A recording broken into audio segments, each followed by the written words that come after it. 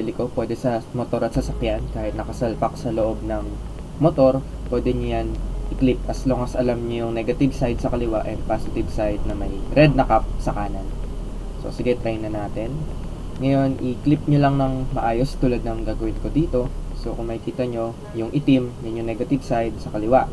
And then yung may pula, yun yung positive side sa kanan.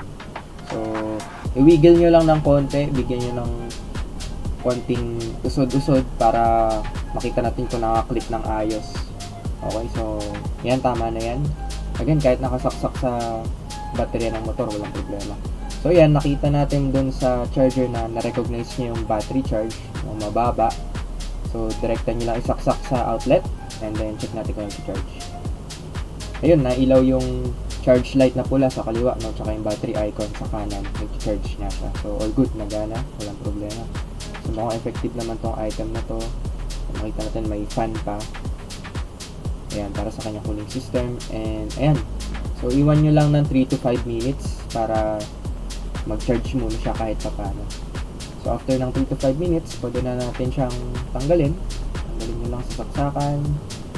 Then tanggalin nyo rin yung clip na kinapit natin. So kung makikita nyo dyan sa video, unti-unti ko yung tinanggal. Ayan, then try na natin yung motor.